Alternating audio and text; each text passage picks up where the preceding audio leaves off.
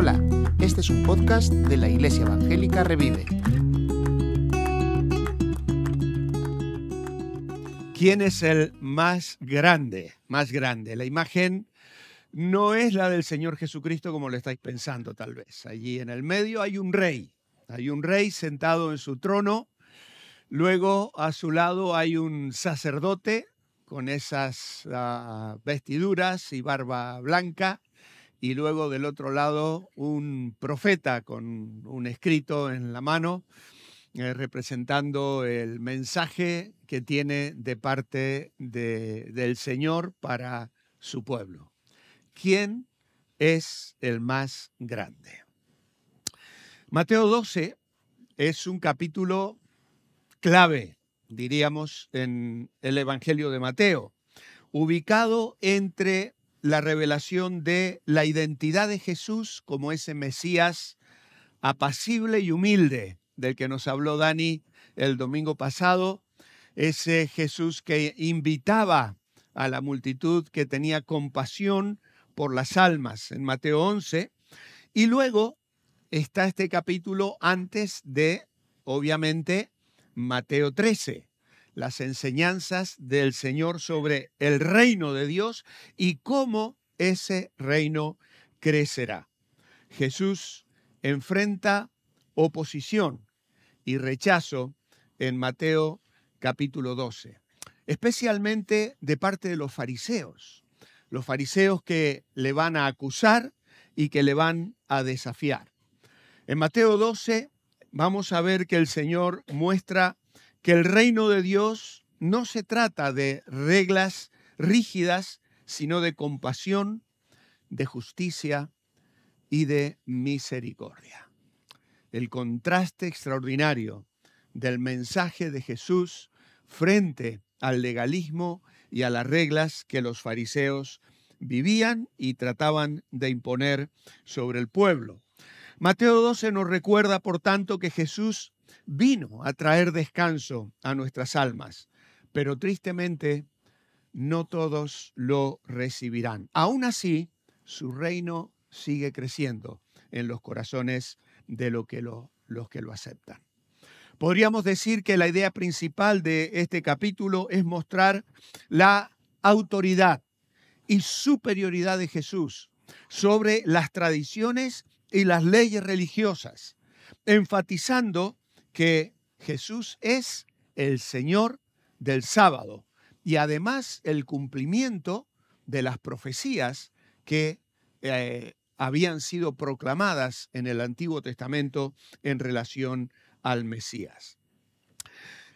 Dani nos decía el domingo pasado que a Dios le gustan las preguntas, o algo así, fue la forma en la que él comenzó su mensaje, ¿no? Y como yo precisamente ya estaba estudiando para predicar hoy, me iluminó un poquito y dije, es cierto, ¿cuántas preguntas hay en el capítulo 12 de Mateo? Y me puse a repasarlas y me encontré que en medio de todos estos encuentros con los fariseos, las enseñanzas sobre el reino de Dios y la revelación de la misión que el Señor tenía en relación a traernos el Evangelio y mostrar la verdadera justicia y misericordia de Dios e incluso dar una lección sobre lo que es la verdadera espiritualidad. Porque los fariseos estaban proclamando nada más que una religión, algo completamente externo, vacío de contenido. Pero en medio de todo eso hay un montón de preguntas. Y vamos a hacer un repaso. Mateo 12 es un capítulo bastante largo, tiene 50 versículos. No sé si los podré leer todos esta mañana, pero los vamos a ir resaltando. Yo creo que nos va a quedar bastante claro todo el relato. Algunos de ellos sí que los vamos a leer textualmente. Pero vamos a ver primero las preguntas de los fariseos a Jesús. Y dice en el verso 2, viéndolo los fariseos le dijeron, he aquí tus discípulos hacen lo que no es lícito hacer en el día de reposo. ¿Qué es lo que estaban haciendo? Pues Jesús iba por los sembrados un sábado y sus discípulos tuvieron hambre y comenzaron a arrancar espigas y a comer, dice el verso 1. Y aquí en Mateo, Mateo lo presenta como una afirmación. Viéndolo los fariseos le dijeron, aquí tus discípulos hacen lo que no es lícito hacer en los días de reposo. Pero yo quiero rescatar la versión de Marcos y de Lucas, porque tanto en Marcos como en el Evangelio de Lucas vamos a encontrar en Marcos 2 y en Lucas 6 que en realidad los evangelistas lo ponen como una pregunta. Los fariseos increpan a Jesús. Eso es la idea. Mateo lo pone como una afirmación, pero Marcos y Lucas, en los evangelios sinópticos, lo ponen como una pregunta. Por eso es que yo lo recojo también como una pregunta. Tus discípulos, ¿por qué tus discípulos hacen lo que no es lícito en el día de reposo? Y los fariseos preguntan sobre esta acción y vamos a ver luego la respuesta del Señor. Luego en el verso 10 vamos a ver, vamos a leer el 11, el 9, pasando de allí vino a la sinagoga de ellos, y he aquí había allí uno que tenía seca una mano. Y mirad, los fariseos preguntaron a Jesús para poder acusarle. ¿Es lícito sanar en el día de reposo? Así que aquí tenemos a los fariseos directamente intentando acusar a Jesús. No les interesaba la sanidad de la persona que tenía una mano atrofiada, una mano seca. Ellos estaban intentando tener argumentos desde su perspectiva para acusar a Jesús. Luego le preguntan, ¿qué señal nos muestras? Saltamos al versículo 38. Claro, el Señor, vamos a leer para aclararlo, lo que dice en el versículo 22. Dice, entonces fue traído a él, a Jesús, un endemoniado, ciego y mudo, y le sanó de tal manera que el ciego y mudo veía y hablaba. Y toda la gente estaba atónita y decía, ¿será este aquel hijo de David? Y los fariseos al oírlo decían, este no echa fuera a los demonios, sino por Belcebú, príncipe de los demonios. Y entonces saltamos al verso 38 y los fariseos y los escribas le dicen, maestro, deseamos ver de ti señal. ¿O qué señal nos muestra? Dirán también otros de los evangelios como he citado. Así que estaban viendo al Señor hacer maravillas. Habían visto el hombre de la mano atrofiada restaurada. Estaban viendo un endemoniado ciego y mudo que es sanado. Y ahora de pronto le dicen, ¿qué señal nos muestra que demuestre tu autoridad? Así que, como vemos, la intención de las preguntas de los fariseos es realmente extraordinaria. No tenían un interés genuino. Ellos tenían una actitud crítica y hostil al Señor. Ellos querían encontrar argumentos para acusarle, porque su objetivo no era aprender o comprender las enseñanzas del Señor, sino cuestionarlo y desacreditarlo para que el Señor quedara mal delante del pueblo. ¿Cuál es el contenido en realidad que estas preguntas o estos interrogatorios de los fariseos hacia Jesús? Pues algunas de estas características incluyen legalismo. Los fariseos se enfocan en la letra de la ley, particularmente con respecto al sábado, para intentar atrapar al Señor en un error. Y su intención no es la compasión hacia las personas ni la esencia de la ley, sino aferrarse a la tradición y buscar fallos en las prácticas de Jesús y sus discípulos. nos habla de una hostilidad y una desconfianza. En lugar de buscar una señal con un corazón genuino, están pidiendo un milagro. Con escepticismo y desconfianza, tal vez esperando una confirmación visible de la autoridad de Jesús. Pero esto no es más que un ardid, porque ellos quieren validar sus propias expectativas y prejuicios en lugar de reconocer a Jesús como Mesías. Hay también aquí mucha hipocresía, porque si volvemos al versículos 11 y 12, nos dice, Jesús les dijo, ¿qué hombre habrá de vosotros que tenga una oveja y si ésta cayera en un hoyo en el día de reposo no le eche una mano y la levante? Pues ¿cuánto más vale un hombre que una oveja? Por consiguiente, es lícito hacer bien en los días de reposo.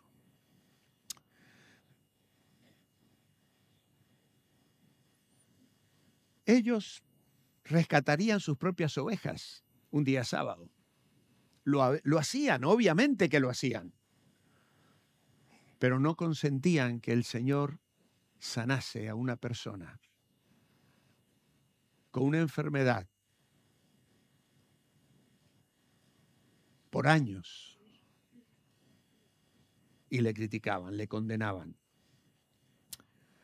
Las preguntas de Jesús muestran orgullo, incredulidad, resistencia, reconocer la verdad que Jesús representaba. En lugar de ver la sanidad y el bien que Jesús hacía como una evidencia de su misión divina, intentan usar todos sus actos en su contra. Y así muestran sus intenciones egoístas, su rigidez religiosa.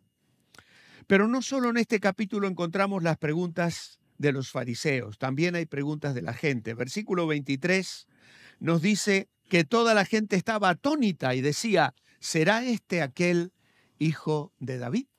¿Será este aquel hijo de David? La multitud se cuestiona si Jesús pudiera ser el Mesías, el hijo de David, al ver sus milagros. Y las preguntas de la multitud surgen de una mezcla de curiosidad y esperanza. Claro, aún a los discípulos les costó mucho entender esto porque las expectativas del Mesías era uno político, militar, que traería libertad y que ofrecería cosas diferentes a lo que un simple personaje como Jesús, con su sencillez, caminando con sus discípulos, con un mensaje de humildad, de mansedumbre, de amor, de cariño. No era lo que ellos estaban esperando, pero veían sus milagros y había un genuino interés. ¿Por qué? Porque al ver los milagros de Jesús, la gente busca la verdad. ¿Será el Mesías? Y ellos no buscan atrapar a Jesús, expresan su asombro y la posibilidad de que Él sea el Salvador prometido. Y este cuestionamiento refleja una expectativa, una apertura hacia las señales de Dios. Y yo a veces me pregunto cuando veo a las personas que se acercan a nuestra iglesia con algún interés y hacen preguntas, ¿son genuinos realmente? ¿Están buscando respuestas, pero lo hacen con un corazón abierto y sincero? ¿Qué es lo que nos mueve cuando nos acercamos preguntando y queriendo conocer? A diferencia de los fariseos, ellos no buscan fallas en Jesús. La gente quiere entender su identidad, quiere entender su misión y su pregunta nace de un corazón dispuesto a creer en algo mayor. Y al valorar a esta multitud con una actitud abierta y receptiva, aunque no completamente convencida, nos preguntamos, yo no hubiese querido estar en su lugar. No les quiero criticar, No les quiero juzgar ni condenar. A veces decimos, yo hubiese querido estar en los días de Jesús. Yo no estoy tan seguro, porque nuestros corazones, tal vez hubiésemos sido uno de aquellos que Le agradeció cuando tenía la barriga llena, pero cuando volvió a tener hambre, se acercó otra vez y le dijo, ¿qué señal nos muestras? Moisés nos dio el maná, como diciendo, el maná durante 40 años cayó del cielo, nos diste pan y pescado ayer, repítelo hoy. Yo tal vez hubiese sido de esos. Yo también. Tal vez hubiese cerrado mi corazón. Las preguntas revelan que Jesús despertaba fe genuina o resistencia entre sus oyentes. Y aún hoy lo sigue haciendo. Aún hoy lo vemos en el mundo, en las personas. Muchos de vosotros lo veis hasta muy cerca de vosotros, en vuestros propios hogares, con familiares, a personas que amáis, por las cuales oráis. Sin embargo, veis que no se les hace la luz, que a veces hay algún interés. Sigue orando, sigue clamando y sigue mostrando a Cristo. Sigue viviendo la vida cristiana como Jesús nos la enseñó, no como los fariseos la proponían. Un legalismo diabólico que se ha filtrado en las iglesias, porque es diabólico finalmente. El legalismo fariseo era un legalismo diabólico, vacío de espiritualidad real, que solo producía muerte. Y eso es lo que el pecado legalista, revestido de religiosidad, trae a la vida de las personas. Solo una relación genuina con el Señor de la gracia, con este Señor de la gracia, con este Jesús que vamos a ver, responde con preguntas. Mirad lo que dice en el verso 3. ¿No habéis leído lo que hizo David cuando él y los que con él estaban tuvieron hambre?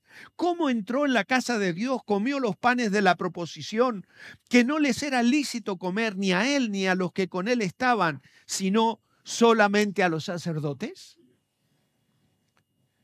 ¿O no habéis leído en la ley cómo en el día de reposo los sacerdotes en el templo profanan el día de reposo y son sin culpa? Y aquí viene la respuesta a la pregunta del título del mensaje. Pues os digo que uno mayor que el templo está aquí. ¿Quién es el más grande? ¿Reyes? ¿Sacerdotes? ¿Profetas? ¿No habéis leído? Jesús cuestiona el conocimiento de los fariseos sobre las Escrituras y defiende a sus discípulos. Y es por eso que necesitamos conocer las Escrituras, hermanos, porque el legalista las usa. Dice afirmarse en las Escrituras. Las utilizan con mucha sutileza y sabiduría carnal, pretendiendo respaldar en ellas sus prácticas de legalismo seco y vacío de verdadera espiritualidad. Por eso el Señor cuestiona, ¿no habéis leído lo que hizo David? Id a la Biblia, id a las Escrituras. Una y otra vez el Señor se los decía. ¿No habéis leído cómo en el día de reposo los sacerdotes en el templo profanan el día de reposo? Claro. Tenían que cumplir con sus ritos, tenían que sacrificar los animales, tenían que cumplir con todo lo que la ley demandaba. Y ellos habían puesto, bueno, ya no quiero ni mencionarlas, porque un sastre no podía llevar una aguja con él, no sea que se tentara a coser un botón en el día de reposo. Ridiculeces. No se podía comer un huevo puesto por una gallina en el día de reposo. No se podía encender fuego, no se podía... Tantas tonterías y reglas. Bueno, al día de hoy, en Israel, hay ascensores donde tú subes el día de reposo y si son 20 pisos, el ascensor para en los 20 pisos. ¿Para qué? Para que no tengas que trabajar tocando el piso en el que te tienes que bajar. ¿Lo sabíais? Hoy. Sí, señor. Legalismo. Reglas. ¿Quién de vosotros, dice en el verso 11 el Señor, que tenga una oveja y si ésta cayera en un hoyo en el día de reposo, no eche mano y la levanta? Pues, ¿cuánto más vale un hombre que una oveja? Por consiguiente, es lícito hacer el bien en los días de reposo. La compasión del Señor. Claro, me encanta el relato de Marcos. Leedlo si tenéis un tiempo. Porque dice que el Señor lo hizo poner en medio, que les hizo la pregunta y como no la respondieron, dice que el Señor los miró alrededor con enojo, entristecido por la dureza de sus corazones. La compasión de Jesús, no solo expresada por el hombre que tenía la mano atrofiada, sino por ver a aquellos fariseos, legalistas, cerrados, que estaban en presencia de la palabra viva de Dios, de Jesús encarnado, el Mesías, aquel de quien las Escrituras hablaban, y que estaban allí para acusarle y condenarle, y que no quieren ni siquiera abrir la boca para decirle, tienes razón. ¿Cuánto es nuestro orgullo? Y qué poco amor tenemos por las personas. Y luego de sanar al mudo, al ciego y al endemoniado, ellos le acusan. Y entonces el Señor les habla allí en el verso 25, todo reino dividido contra sí mismo es asolado, toda ciudad o casa dividida contra sí misma no permanecerá. Y si Satanás echa fuera a Satanás, contra sí mismo está dividido, ¿cómo pues permanecerá su reino? Y luego en el verso 28, ¿cómo puede alguno entrar en la casa del hombre fuerte y saquear sus bienes si primero no le ata? Y entonces podrá saquear su casa. El que no es conmigo contra mí es, y el que conmigo no recoge desparrama. Así que aquí tenemos al Señor respondiendo a la acusación de que Él expulsa demonios por el poder de Belcebú, con una pregunta retórica, ilustrando que su poder viene de Dios mismo. Y hay otra pregunta más, que la vamos a encontrar en el versículo 48. Mateo parece como que recopila un montón de cosas aquí, en este capítulo central de su evangelio, y de pronto dice que mientras hablaba, su madre y sus hermanos estaban fuera, le querían hablar, y entonces, cuando se lo informaron, Jesús contestó, ¿quién es mi madre y quiénes son mis hermanos? Jesús hace esta pregunta para enseñar que sus verdaderos familiares son aquellos que hacen la voluntad de Dios. Aquellos que viven en comunión con Dios. Aquellos que disciernen el plan, el propósito de Dios para su vida diariamente. Aquellos como el salmista en el Salmo 143:10 oran y dicen, Señor, enséñame a hacer tu voluntad, porque tú eres mi Dios. Tu buen espíritu me guíe a tierra de rectitud. Esos son mi familia, esos son mis hermanos, mi madre y mis hermanos. ¿Quién es más grande? ¿Un rey con un ejército poderoso? ¿Un sacerdote con acceso a los secretos de Dios? ¿O alguien que puede hacer descender fuego del cielo con una palabra, como los profetas Elías y otros profetas que hicieron verdaderos milagros? Todos buscamos grandeza, pero ¿dónde la encontramos realmente. Porque a veces podemos buscarla en lugares equivocados, en el poder, en la riqueza, en la fama. Y esto es un poco las tentaciones de Jesús, ¿no? Mateo, recordáis, ¿no? Uf, ¿cuánto hay en la palabra? Mateo 12 nos presenta una figura que redefine completamente nuestra comprensión de la grandeza. Jesús, un hombre sencillo de Nazaret, demostró una autoridad y un poder que eclipsaban cualquier rey, cualquier emperador, cualquier sacerdote, cualquier profeta. Y yo quiero proponernos, ya para entrar en la segunda parte y apuntar al final, creo que Mateo nos presenta retratos de Jesús, fotografías de Jesús. Y la primera de ellas es la de uno mayor que el templo y Señor del sábado.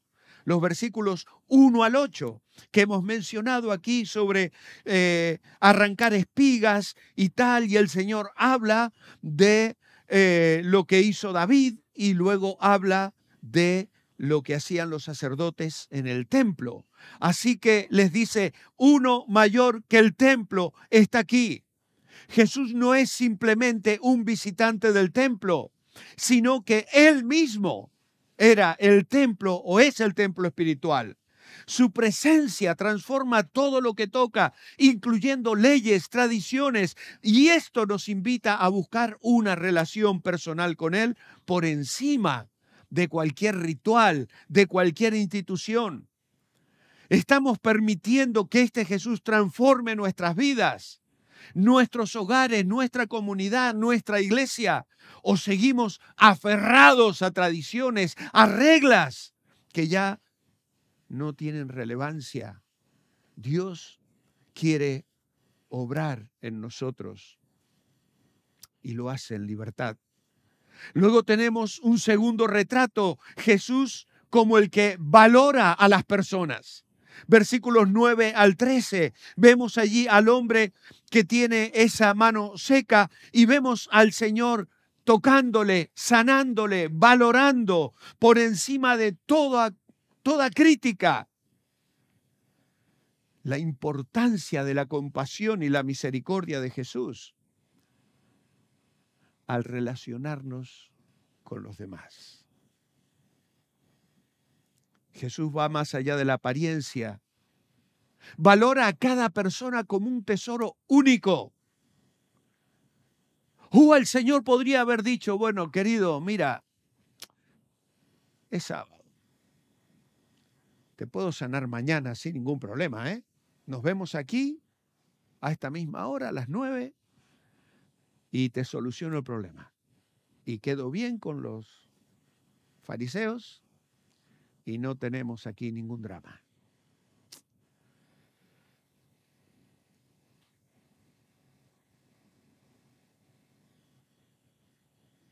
Qué corazón el de Jesús. ¿A cuál se parece el nuestro?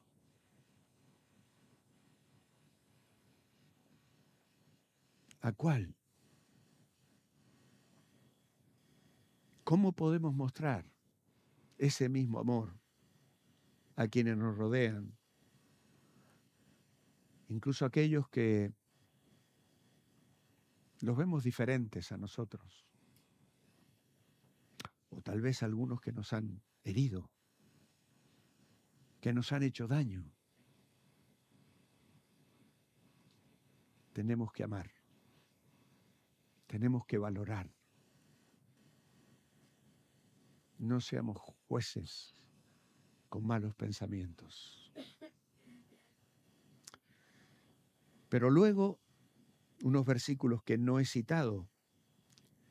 El tercer retrato es el de Jesús como el amado del Padre. Y del verso 14 aquí en adelante vemos a los fariseos que tienen consejo contra Jesús para destruirle. Fijaos el contraste, ¿no? El Señor sanando a una persona y los legalistas fariseos hablando de cómo van a acabar con este problema.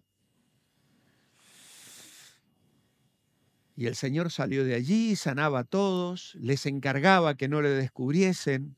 ¿Por qué? Porque quería que se cumpliese lo que el profeta Isaías había dicho. ¿Y sabéis los cánticos de Isaías? Mira, estuve a punto de hablar nada más que de este párrafo y olvidarme del resto del capítulo. He aquí mi siervo, a quien he escogido. El llamado. Mi amado, en quien se agrada mi alma. Pondré mi espíritu sobre él, su sostén, y a los gentiles anunciará juicio, su mensaje. El cántico del siervo del Señor en Isaías 42. No contenderá ni voceará, ni nadie oirá en las calles su voz, su modestia. La caña cascada no quebrará y el pábilo que humea no apagará su humildad. Hasta que saque a victoria el juicio y en su nombre esperarán los gentiles. Perseverancia. Tremendo. Aquí tenemos un párrafo para hablar semanas si quisiéramos profundizar,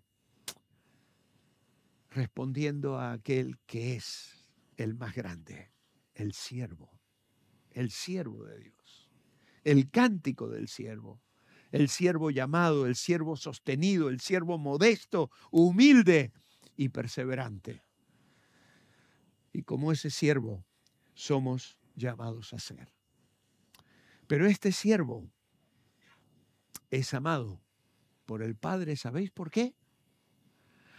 Por su clemencia y su mansedumbre. La relación de Jesús con el Padre es un modelo para nuestra propia relación con Dios. Él nos muestra que la verdadera felicidad se encuentra en una comunión íntima con este Padre, con este Dios, a través de la oración, de la meditación y de sentirnos instrumentos para comunicar ese amor a los demás. En cuarto lugar, Jesús como el vencedor sobre el enemigo. Y aquí desde el verso 12 al 22 al 37 vamos a ver al Señor sanando y luego hablando y explicando que Él está haciendo las cosas con una lógica extraordinaria, porque la acusación es irracional. Los fariseos dicen, no, hombre, por Belcebú está echando fuera a los demonios. No puede venir de esto de Dios, a pesar del bien y la bendición que estaba significando. Ayer a la tarde, Eli estaba viendo una peli y yo me acerqué a ver los últimos minutos, estas que echan sábados de tarde, y era la historia de un señor. ¿En dónde era el país, Eli?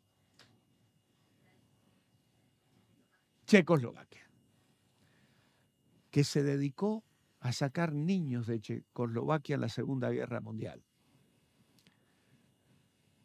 Salvó 669 niños. Yo vi los últimos 5 minutos y me rompí. Salvó 669 niños y conservó fotos, documentos, y ya muy viejito, alguno ya está dándose cuenta de qué película se trata, yo no sé ni cómo se llama. Pero me conmovió, ¿sabes qué? Ver al final de esos 5 últimos minutos a aquel hombre juntándose con los hijos y los nietos de los niños que él había salvado. Hermanos, la bendición que significa el Evangelio el comunicar salvación, el dar el mensaje de vida, el llegar al corazón de una persona. No solo la salva a ella, son generaciones detrás que van a venir en salvación. La última vez que prediqué aquí les hablé de mi bisabuelo. Cuando él conoció al Señor. Y hoy nos gozamos nosotros y disfrutamos tantas bendiciones. Porque un día el Evangelio entró y hoy sigue haciendo lo mismo el Señor. Sigue entrando en las vidas de las personas, sigue transformando corazones, sigue obrando maravillas. Porque el Señor lo hace, no por el poder de Satanás, como le acusaban los fariseos. Era, obviamente, por el poder de Dios. Y claro, aquí encontramos no solo una acusación irracional, inconsistente. Y el Señor habla aquí de un párrafo que a veces nos complica mucho, que se ha debatido mucho sobre él, la blasfemia contra el Espíritu Santo. Hay muchos que se puede decir sobre esto. Hay quienes sugieren que hoy es difícil que alguien cometa este pecado. En realidad, blasfemar contra el Espíritu no es otra cosa que rechazar el mensaje del Evangelio. Porque cuando tú escuchas el Evangelio y lo rechazas, ya no hay otra opción. ¿Que vas a querer salvarte haciendo obras? ¿Vas a querer construir otro camino? Estás rechazando el mensaje del Espíritu Santo, en un sentido. Ahora, cuando hay una persona que de pronto está preocupada y dice, no, yo un día blasfemé contra Dios y entonces seguramente ahora Dios no me perdona. Pues mira, si tienes esa inquietud en tu corazón de que blasfemaste contra Dios y contra el Espíritu, pues probablemente es porque el Espíritu te está quebrantando. Y eso es un buen síntoma. Así que todo lo que encontramos, tanto en el Antiguo Testamento como en el Nuevo Testamento, es un Dios que perdona y que perdona. Y perdonó a David, y perdonó a Jacob, y perdonó a otros, a Manasés incluso. Y entramos allí y vemos al Señor perdonando a Pablo en el Nuevo Testamento, asesino, perseguidor, que hacía blasfemar a los creyentes. Dios es un Dios perdonador y perdona. Pero claro, habrá gente que escucha el Evangelio, que lo entiende y cierra su corazón a la obra del Espíritu Santo y esto acarrea condenación. Quinto retrato, Jesús como el mayor que reyes y profetas. Y vamos a ver al Señor ahí en el verso 38, porque le pedían una señal y Jesús le dijo, la generación mala y adúltera demanda señal, pero señal no le será dada, sino la señal del profeta Jonás. Y luego les habla de la reina del sur.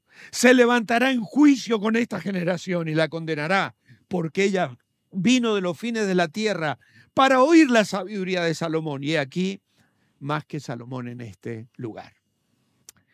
Así que volvemos otra vez a la imagen. ¿Quién es el más grande? Más que reyes, más que profetas, el que estaría 3 días en la tumba se levantaría victorioso. Luego tenemos ahí un versículo y sobre esto solo voy a hacer un breve comentario. Porque el verso 43 dice, cuando el espíritu inmundo sale del hombre, anda por lugares secos buscando reposo y no lo halla. Y entonces toma consigo otros 7 espíritus peores que él y entrados moran allí. Y el postrer estado de aquel hombre viene a ser peor que el primero. ¿A qué se refiere esto? Pues sencillamente el Señor está advirtiendo de una reforma superficial. Sencillamente. Gentes como los escribas y fariseos, que el Señor describe aquí como una generación malvada, pero que solo ofrecían una religión vacía y con formas externas.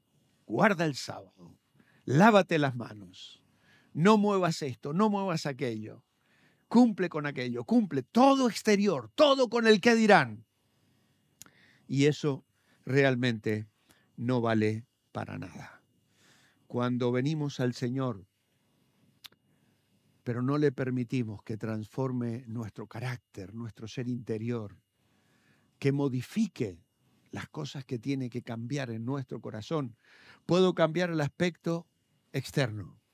Puedo venir a la iglesia, mostrarme como un creyente fiel, pero luego en casa, en la semana, pero a Dios no se le engaña. A Dios no se le engaña. Y entonces eso es algo vacío, que no vale para nada. Y el séptimo retrato es el final. Jesús con una gran familia. Dice el Salmo 22, en medio de la congregación te alabaré. Es una de las frases del Salmo 22. Hay una canción que canta Marcela Gándara que dice, Señor, te estamos esperando para el autógrafo y la foto, dice la canción, ¿no? Para el autógrafo y la foto. Qué bonito es cuando nos hacemos una foto familiar, ¿no? ¿Cómo va a ser la foto de Jesucristo en aquel día? Aquel cordero como inmolado. ¿Quiénes son mis hermanos y hermanas? Y entonces encontramos allí que Jesús, el que no vino para añadir cargas a nuestras espaldas, el que vino a liberarnos, vino a mostrarnos el verdadero corazón de Dios. ¿No lo habéis leído? ¿No habéis mirado en las Escrituras? Está allí. Está allí. Un Dios que cuida, un Dios que restaura, un Dios que sana, un Dios que libera. No vino a ser simplemente un cumplidor de la ley. Él dijo que vino a cumplirla y que no dejaría que nada de ella pasara, pero vino a darnos una nueva vida, una vida abundante, una vida llena de gracia, llena de gracia. Cuán bello es el Señor, cuán hermoso es el Señor. ¿Quién es? ¿Quién es el más grande? Vamos a inclinar nuestros rostros para orar.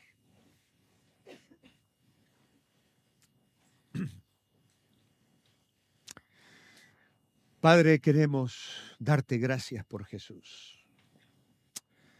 En su nombre podemos venir a ti para que Él quite toda carga de religiosidad de nuestras vidas y nos llene de su gracia. Él dijo, mi yugo es fácil y ligera mi carga. Y hoy nos invita a venir a Él para encontrar descanso para nuestras almas. Queremos conocerle más. Queremos valorar la vida como Él la valoraba. Queremos mirar a las personas con el mismo corazón con que Jesús las miraba. Señor, líbranos de una religiosidad externa y vacía. Queremos que nuestro corazón lata al mismo compás de tu corazón. Nos presentamos hoy, Señor, para que nos ayudes a través de tu Espíritu a vivir de esta manera para tu gloria. Gracias por hacernos parte de tu familia. Queremos, Señor, ser de los que hacen la voluntad de Dios. En tu nombre, amén.